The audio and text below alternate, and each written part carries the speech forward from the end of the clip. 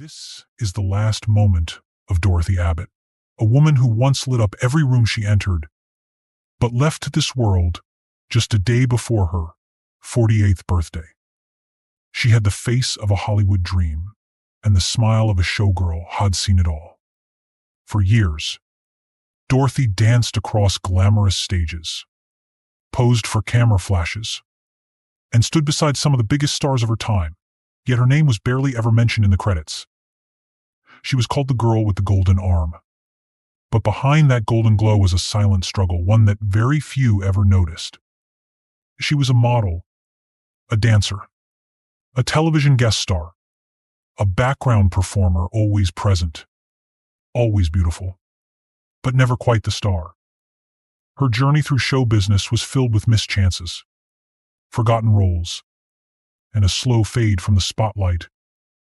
But the true tragedy wasn't just professional. It was personal and deeply emotional. Behind the curtain, Dorothy was holding on to something much heavier than fading fame. Her marriage to a man who wore both a badge and a stage name began as a promise and ended as a heartbreak. And while the world moved on, she stayed, still locked in memories of a love that no longer loved her back. On the 15th of December, 1968, just one day before she would have turned 48, Dorothy was found in her Los Angeles home. The sparkle was gone. The headlines barely whispered her name. Yet those who knew even a glimpse of her story couldn't help but ask, how does a woman so radiant disappear in silence? In this video, we'll uncover the story that was never told, a life of hidden pain behind a public charm. We'll explore how Dorothy Abbott danced through Hollywood's golden age, only to face its cold shoulder in return. And we'll ask the question, was she ever truly seen, or was she always just a beautiful shadow? To understand Dorothy Abbott, we have to go back, not just to a time, but to a world. Hollywood in the late 1940 seconds and 1950 seconds was a machine of dreams, glittering on the outside and grinding on the inside. It was a golden age, for some, but for many women, like Dorothy, it was a glamorous maze filled with locked doors. Born in Kansas City, Missouri, in 1920, Dorothy didn't arrive in Los Angeles with a famous name or industry connections. What she had was beauty, charm, and a determination to be seen.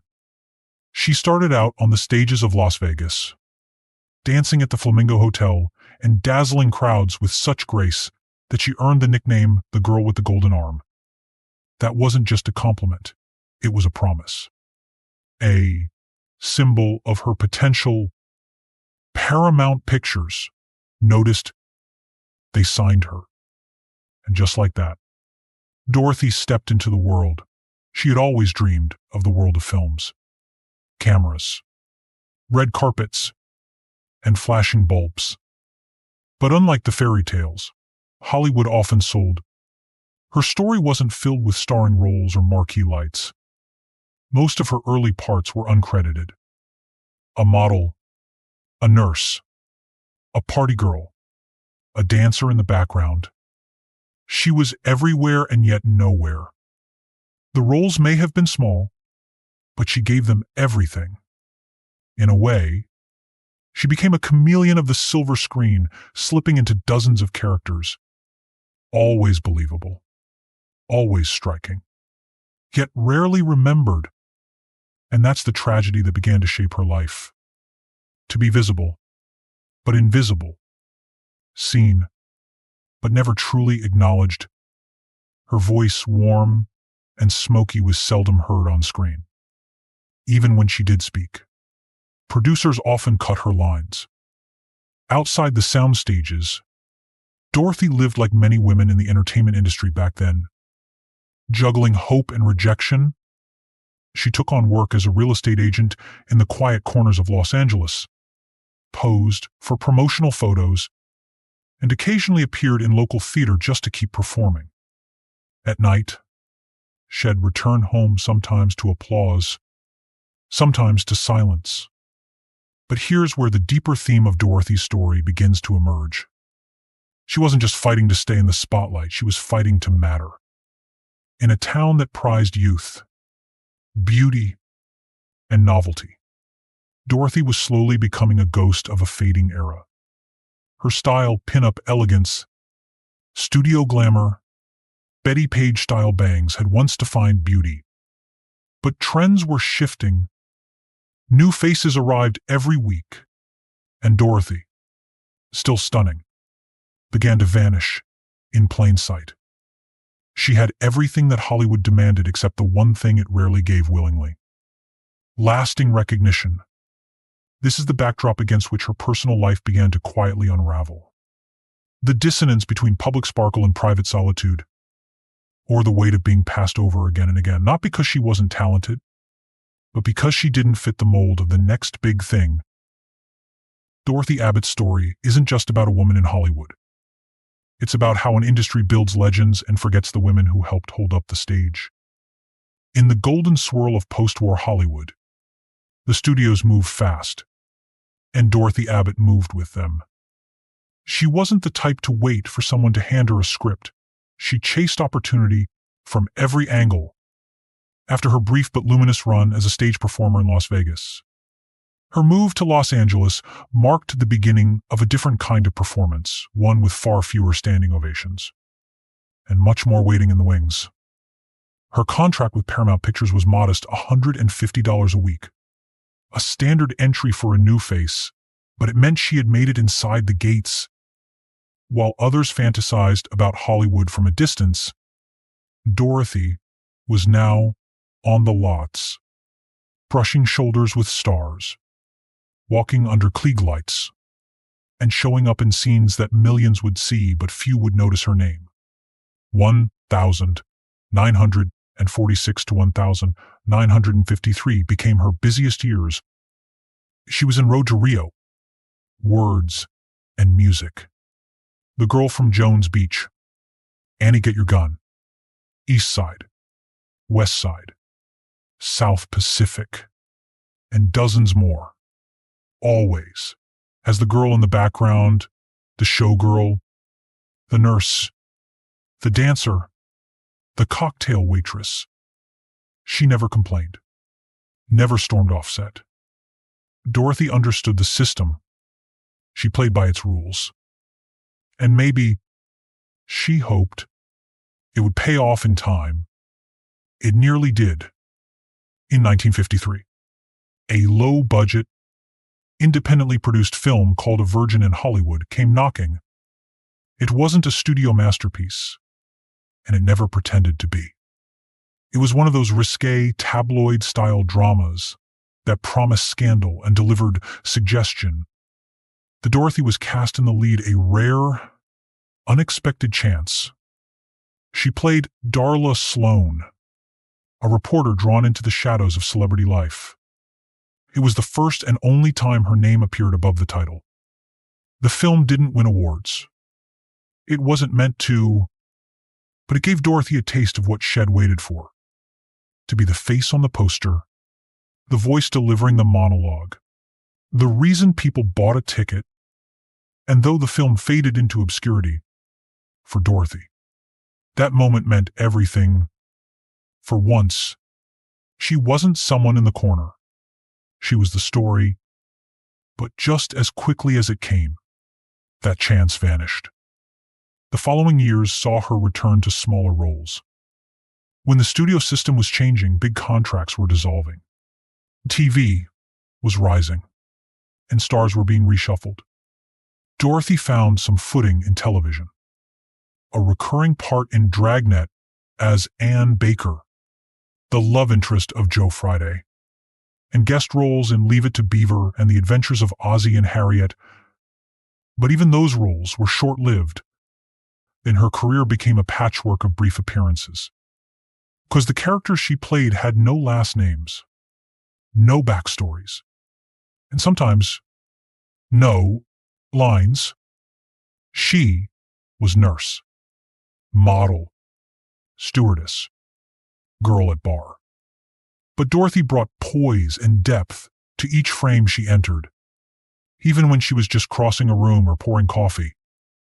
By the late 1950 seconds, reality began to settle in. While younger actresses were arriving in droves, Dorothy was aging out of the system, and fast. Hollywood had little patience for women over 35 who weren't already stars. Offers slowed, phones rang less, and Dorothy, ever resourceful, took up a quiet side hustle, selling real estate. It was a different kind of performance. Instead of selling dreams on camera, she was selling homes in suburbia. Still smiling, still presentable, but farther and farther from the world of scripts and call sheets. At night, she'd occasionally perform in small theaters, clinging to whatever stage time she could find, not out of desperation, but because performing was the only place she still felt visible. And then came Rudy Diaz. He wasn't a producer, nor a studio man. He was a police officer and, later, an actor who swept Dorothy into a whirlwind romance. They married in 1949, and for a time, it seemed like she had found her calm. Rudy was serious, protective, and charismatic. But as the years wore on, his ambitions shifted. Like her, he entered the entertainment industry, using the stage name Rudy Diaz, and started appearing in westerns and crime shows. Their marriage, once a safe haven, began to deteriorate. Dorothy, now in her 42nd, watched from the sidelines as her husband, now her competitor, started getting the kind of visibility she'd always wanted. Rumors swirled of Rudy appearing with other women. Publicly, he seemed to move on before the papers were even filed.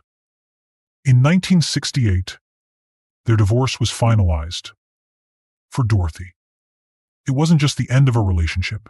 It was the final door, closing on a life she had built with care and compromise. Her career had stalled. Her marriage had dissolved. And her name, once whispered in studios, was now silent in casting rooms. It's in this moment of isolation, just after the credits stopped rolling on every part of her life, that we begin to approach the most fragile, most human part of Dorothy Abbott's story. She had once been called the girl who could light up a room. Now, in the quiet of her Los Angeles home, she sat alone.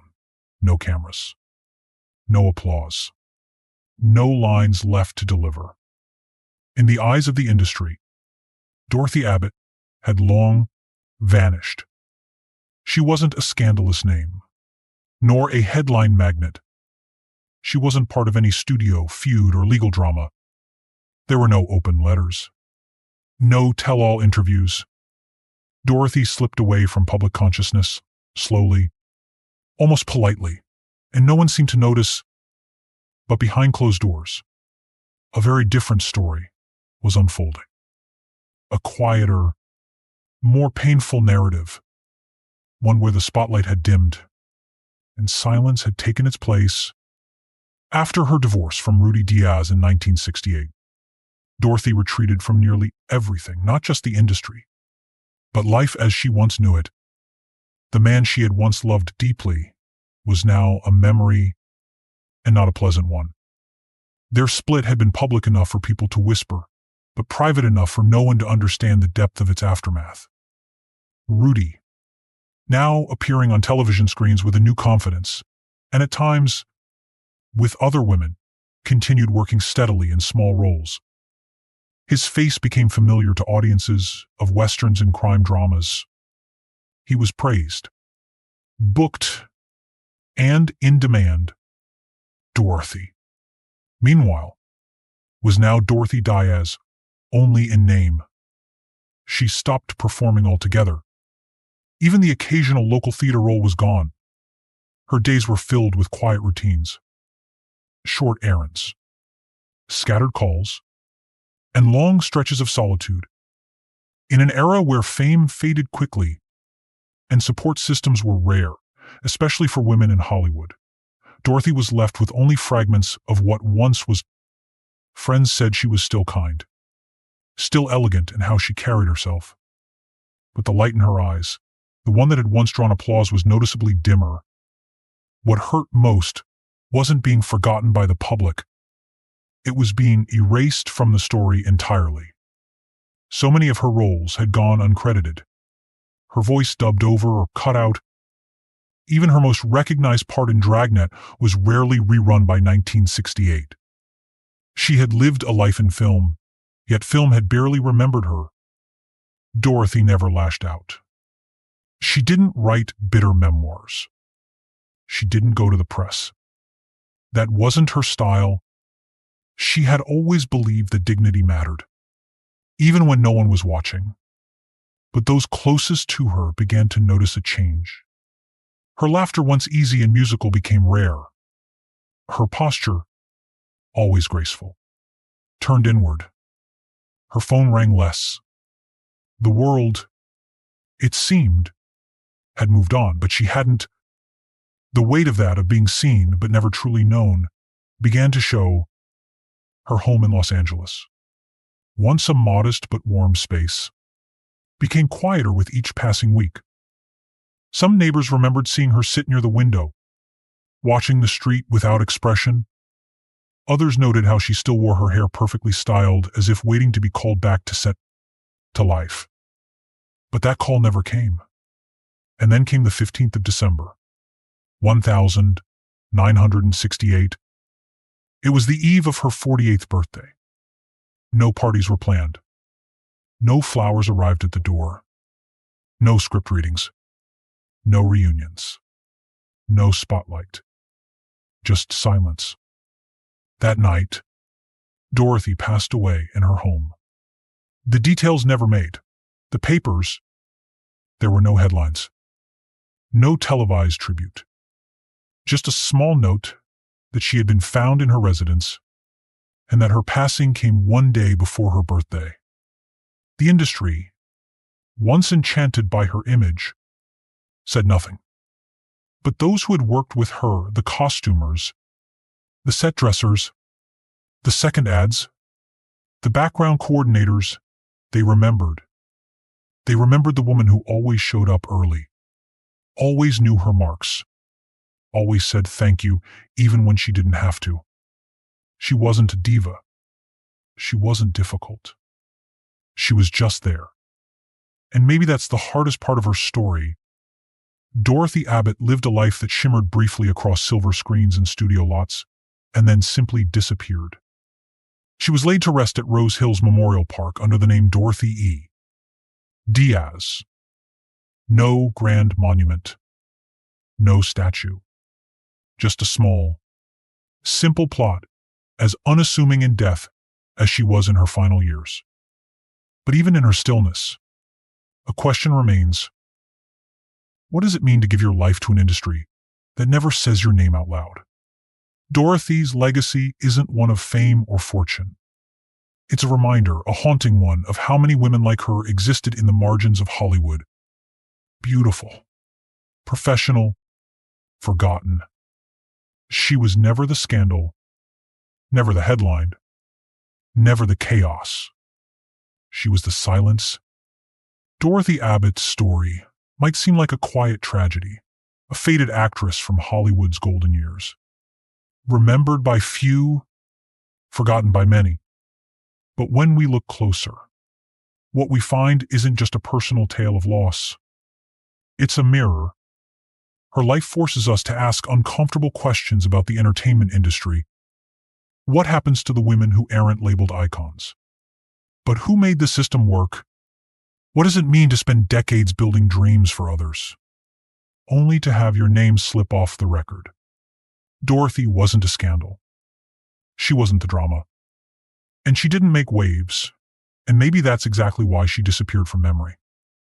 In a world obsessed with stars that burn bright and crash hard, Dorothy was steady, subtle. She did the job. She smiled for the camera. And then, when the camera turned away, she quietly stepped back into the shadows. That's not just sad. It's revealing the Hollywood of Dorothy's time, and arguably, even today, often rewards noise over nuance. For every woman whose name lights up a marquee, there are dozens more who fill the frame but remain invisible. Dorothy was one of them. Essential, professional, overlooked. What's more painful is that she didn't vanish because she lacked talent. And she vanished because the system had no space for her anymore.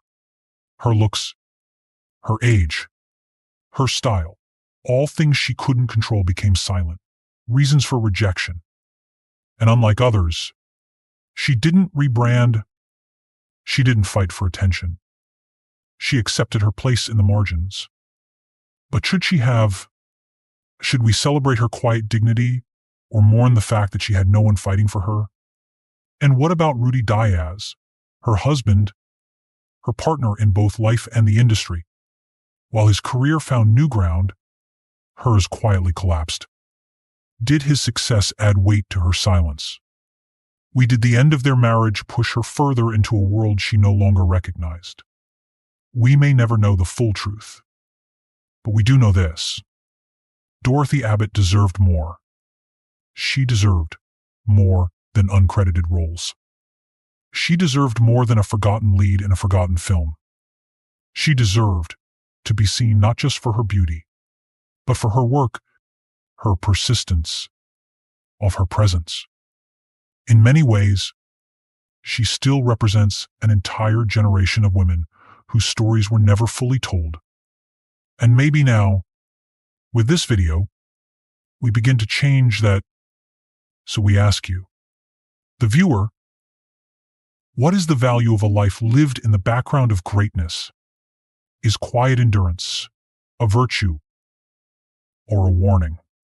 There's something haunting about seeing a face so many times and realizing you never really knew the person behind it. Dorothy Abbott's life wasn't one of scandal or sensation. It was one of presence, quiet, constant, but so often overlooked. She was in the background of some of Hollywood's most iconic scenes, standing beside legends, delivering smiles that lit up the screen, and yet history never saved her spotlight. She didn't chase chaos. She didn't break the rules. She simply did the work. And in return, the world barely remembered her name. But now, we do. We remember the woman with the golden arms, dancing on Las Vegas stages, before the world ever saw her on screen. We remember the actress who brought warmth and elegance to every small role she was given, not because she had to, but because that's who she was. We remember the dreams she carried, the roles she embodied, the pain she endured silently when the phone stopped ringing, when love turned into absence, when the applause faded. We remember that on the night before her 48th birthday, she wasn't surrounded by flowers or flashbulbs. She was alone. Not because she lacked beauty or talent, but because the world had moved on without her. And in that silence, a powerful truth echoes louder than any headline. Fame is not legacy. Visibility is not value. Dorothy Abbott didn't need to be a superstar to matter.